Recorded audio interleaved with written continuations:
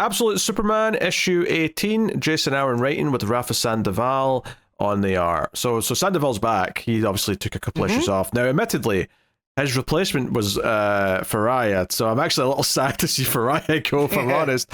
But Sandoval's very good. I'm not mad by any stretch. No. But, you know, so we had been promised that the hierarchy of power of the Absolute Universe was due to change. And interestingly, we are going to Black Adam here. We're not going to any type of Billy Batson. Maybe that'll be something that comes later in the context of the Absolute Universe. But we get an extended flashback period at the start of this issue showing the history of Teth Adam and how Teth Adam was like an insult that the Egyptians gave him because he thought he was like a tough kid. So he's like, oh, he's Mega Man. He's Teth Adam. Well, no, it was his parents, right, had given him the name Teth Adam, and it was almost like a dark joke.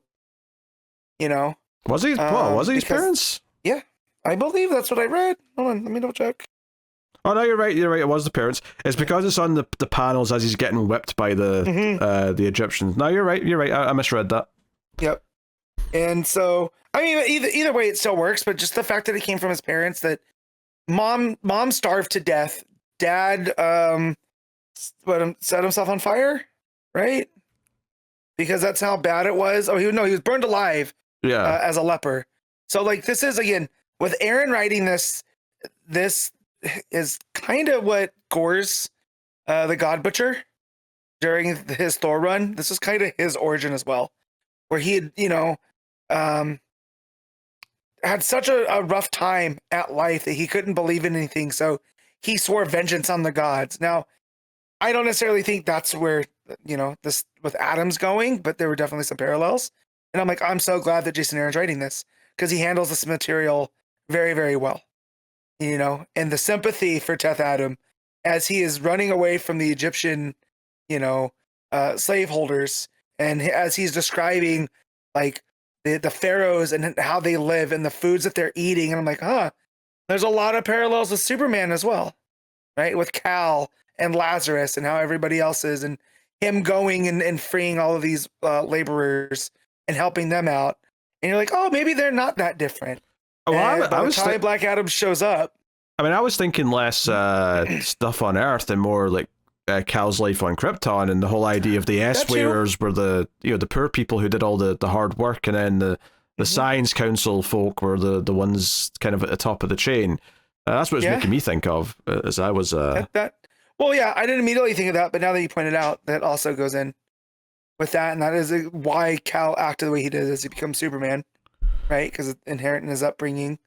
But yeah, just seeing the sympathies and the parallels, and then he gives us one of the all-time absolute twists of how Teth Adam ends up with the powers. Yeah, that's the thing. So he basically runs out into the desert, the Forbidden Lands, whatever, and he basically is like, oh yeah, all the stories have been a wizard, because that's the thing, he keeps saying, oh, you believe there's a wizard out there that grants wishes, and I'm like, oh, the wizard, right? That makes sense because we're doing Shazam's powers. Yep. But he gets out there and he yells and screams, there's nothing out here, it's all a lie, they're all fools, blah blah. And then giant lights come on and it looks like a spaceship like in the sky in front of him, and then the reveal is that this is a Brainiac ship, and a couple of Brainiacs come out and just kind of chat about how pathetic the kid is, but then are like, he is very determined, and he's not like sick or anything. Maybe we should do an experiment here, see if we can give him some of one of our power. It's like, well, we can't use this or that, but what about that new thing we just kind of discovered? I can't remember what he said it was from. He from a black hole. So they're talking about all this stuff to do to him, and I really love that Jason Aaron does Ancient Aliens here, right? Kinda, yeah. Right? Because it's ancient Egypt, and there's these aliens that are keeping an eye on these people. And he goes, oh, he's so scrawny, he'd never survive cybernetics. We could give him Daxamite nanites or transplant dominator organs. That's right. This new device that we found in a black hole. They basically go through a list of like experiments that they do on people, and like, oh, you won't be able to survive this one wouldn't work. Hey, what about that new thing? We don't even know what it does, but let's just see what happens, because we don't care if he dies. Who cares if he dies? He might die, but all he has to say is the magic word, and went, oh, so Shazam's alien technology now. Because they said that they found it in a black hole. And it's like, okay, that doesn't outwardly outdo magic, right? Like we can work our way through. That doesn't necessarily mean technology, like depending on what they found. Mm-hmm. So, but yeah, they give him that. Another thing that happens in this is the absolute Phantom Stranger shows up. And Phantom Stranger doesn't look like the old dodgy man in the wide brimmed fedora. She almost looks like Raven. It's super weird. But this Phantom Stranger comes in and talks to the slave camp about this prophecy of a Superman who will shoot fire from their eyes, and wear the dust of his home on his back. Yeah. And when he comes, the new world shall rise, an age of heroes. Yeah, and that's almost also what inspires Teth Adam. Well, that's what I was going to say, though. But who's she talking about? I don't know. It sounds like Kal-El, but it might not be, right? It might be one of these open-ended prophecies. No, it sounds like Black Adam as well. Right. Yeah. That's what I'm saying. to me, reading this, wears the dust on his back and shoots fire from his eyes, right? I'm like, oh, that's Kal-El. But also Teth Adam, that almost gives him the inspiration to go seek and be better. You're saying she looks like Raven, and I get why you're saying that because of the cloak, but to be honest, the second she showed up, I was like, oh, this looks like Black Adam's like hood. Because it's black. It felt like it was more Black Adam schemed to me. Okay, so I was going off of, how Raven has like the clasp for her hood? Yeah. There. And then how the hood goes on the face, right? So what made me think of Raven was at the bottom of the panel where she first shows up, right? And I was like, oh man. But also, yes, by the end of the issue, when Black Adam does show up, he's wearing a very similar getup. Yeah, it's because it's black with some gold trims. So it wouldn't surprise me if Black Adam actually meets her again and maybe bases his color scheme or something on her. I'm not sure, but yeah. But anyway, we get to Earth, right? And Superman's dealing with the leftover bit of parasite and basically treating like a dog, as you do. Jimmy's working at the Daily Planet. Lois, though, never went for her job interview and is actually went hunting for the Al Ghuls, which is where most of the plot here now takes place, which is effectively that she's tracked them down to this Lazarus building that's now been abandoned otherwise, but it's because there's a Lazarus pit there. It's the last Lazarus pit they know still functions. They're going to build more, but Talia wants Raz to use this pit to become, strong again, become who he was. But Raz has had a change of heart. He because Superman showed up and showed compassion and tried to teach him and read to him, he has decided that he has regrets. He's made some mistakes, has Ra's al Ghul, about what he's done in his life. And Talia does not like hearing this. She's like, oh, he's like a pathetic husk of a man. Where's my father? I want him back. And it's a whole thing. We end up with a whole standoff when Lois shows up and jumps out at him, and it's all very tense. Superman shows up, he's kind of tracked them down and is like, no one's getting shot today, everyone put their weapons down. And he tries to de-escalate it immediately. And effectively, the two big things here, right, in the back half of this issue is, one, the absolute version of Steel shows up.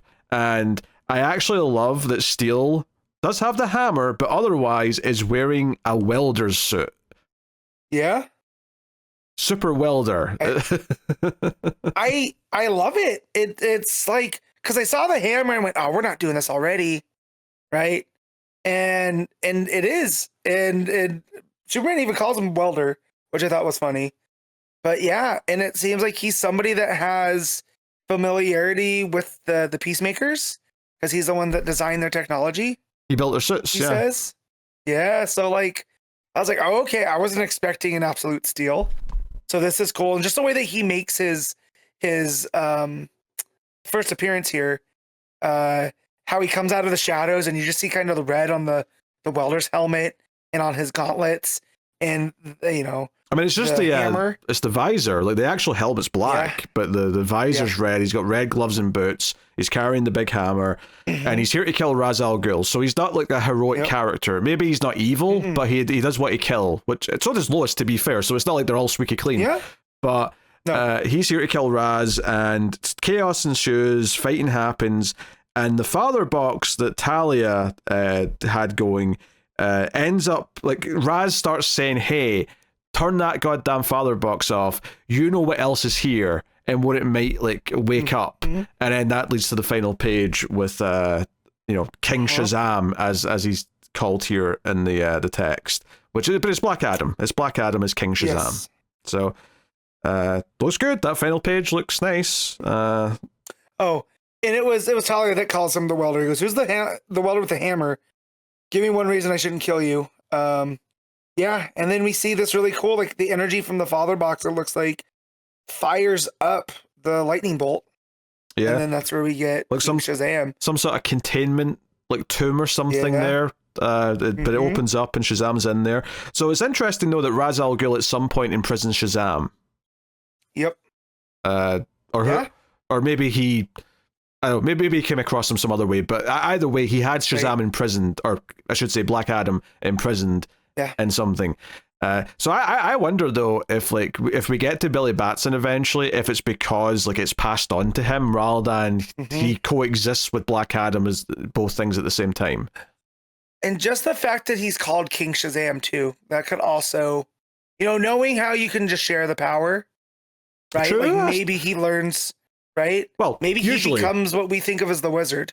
Yeah. Usually, because, I mean, who knows how the absolute version works. But yeah, in theory, if he can share the power like the regular version does, maybe he does choose to give it to someone. That's possible. Because he determines, like, I could see it playing out in the way, like, he determined this is too much power for one person to have, and look what it has done, and the havoc that it's caused, and that leads to absolute Shazam. Because it sounds like he did have a reign as king where he took over Egypt and he did all these things and so on. Yeah. But that was a long ass time ago now, and who knows how long he's been imprisoned for or dormant. Yep. So we'll see. Yeah, we'll see. And he's pissed. And he's at his full Shazamness, and he looks like a negative version of Superman, right? With the black, almost like how the cape goes up around Superman, right? With the red, but this is all done with black, and then the energy that's coming off of him, instead of red, it's yellow, right? Like the lightning. So yeah, again, the parallels are there. And the stuff with Roz, I really like though, because he looks like this crazy old man now, right? Wait. Like he's not this big strapping Viking. Now that's when they explain all of his powers, right? But what if the technology the Brainiac's found, assuming it is technology, if his cape is like a dust-like thing, like Superman's, is it possible it's actually a similar type of technology? Right. Like, maybe. Like Saul, some other version of Saul or something, I don't know. Yeah. It wouldn't explain all the other powers and the lightning and all that, but it would explain why the cape is the way it is. Yeah, it would. Well, and also if he's getting powers from the gods, I feel like that would cut against what we'd seen where he took matters into his own hands. Right, to go out, seek out this wizard. Right, he's not waiting for the gods because he says that's what his parents did, and look what it got them. Yeah, so why do you think he's getting powers from the gods then? I think everything is told us he's not. Yeah, no, but like, so with the way that they set it up, usually that's how, right? Shazam stands for all the different gods that give him attributes and stuff like that. So yeah, maybe it is some type of proto-Kryptonian technology, right? That's what Lara based Soul off of, right? Because if they found it in a black hole, who knows how long it's been there? Yeah. And, I mean, maybe if the Brainiac's actually infused it into his body, it's having this wilder effect on it. Because, Saul's not inside Superman's body. It's just sort of connected to him. Right. This is a little bit different than that, seemingly. So yeah. But with the stuff with Roz and the fact that he seems like he's this crazy old man, and he's talking about what opened his eyes was Superman coming and reading to him, and it wasn't the words, it was the fact that he was giving him, like, not mercy, but giving him a chance to redeem himself, when all through Roz's life no one had ever shown him that. Yet this guy that came from the stars, and it's completely broke his brain almost, to the point where Talia's like, you're not my father if you keep acting like this. No, get in the Lazarus pit before I throw you in there and become who you used to be. And I really like that wrinkle here, that, it's almost like Roz has been shown the light, and like, what would that mean for him going forward, and then we still kind of have that Roz figure in Talia, right? The person with the Lazarus Corp and all of this. But yeah, no, a lot of fun. for this to play out. Again, was not expecting absolute Steel, right?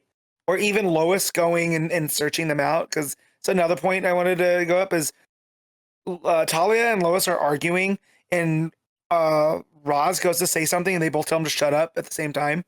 So I thought that was pretty funny. You know, they seem to have more in common in that moment than they ever have. So yeah, this was a really good issue. Yeah, it was, you know, obviously interesting big new absolute versions of characters, and they both look really cool. If I was to have a critique, I will say that the opening flashback does go on for a long time. Like, it is like, it's not quite half the issue, but it feels like it's getting close to half the issue by the time you're done with it. Yeah. So I maybe would have tried to streamline that a little bit, ideally, if I was to nitpick a little bit. But like I said, I'm looking for things to critique there more than anything too strongly. You know? Was not expecting the Brainiacs like at all. No, that was a surprise. That was a legitimate surprise. Like, because I think the other stuff doesn't feel too surprising to me. Obviously, we expect differences and whatnot, but I think the idea that the Brainiacs have anything to do with what makes Black Adam and the Shazam power at all was a genuine, like, oh shit, okay, that's like a weird difference. And because it makes you wonder at some point when our current like evil Brainiac that we've been following comes back into the story. Does he know something about this technology? Does he recognize what Black Adam is, and how does he react to it if he knows about it? Or does he look into the database, the history that he's got from all the other Brainiacs, and see what it is at some point? Like, there's potential there for there to be like a new angle to this that's discovered because he is tied to his creation in some way. Yeah. Well, and with the way that he's more like a mad scientist than they are, they seem like just scientists. Like, they seem cruel because they're like, oh, we don't care if it lives or dies or whatever, but there's a very scientific way that they're looking at this versus him with his chainsaw hands, you know, going to essentially torture Lex Luthor in order for him to become who he needs to become. Right. So I like seeing the differences even in the Brainiacs. Yeah, you know, it looks good. I think it has some big, bold new ideas, which are fun, or at least remixing some big ideas at the very least, which are fun to see. So, no, I had a good time. I think I don't know if I enjoyed it quite as much as the two Parasite issues, but it was definitely setting up some really interesting stuff. So I mean, because we only just got to him appearing at the end of the issue, which you can expect. It's the big final page splash. Yeah.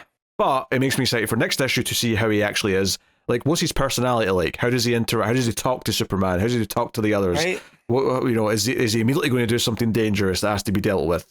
These are big questions. Yeah. Does this force Talia and Lois to even want to work together because this guy's so powerful and dangerous that they have to? So, no, interesting stuff. What are you giving Absolute Superman 18? I'm giving this, and I might be overreacting, but I'm going to give this a 9. Yeah, I'll go 8.5. I don't know if I'm ready to quite go to the 9. Like I said, maybe just the structure was a little bit lopsided, but that's about it. Very good otherwise. Excited to see all this Black Adam stuff play out in the coming issues.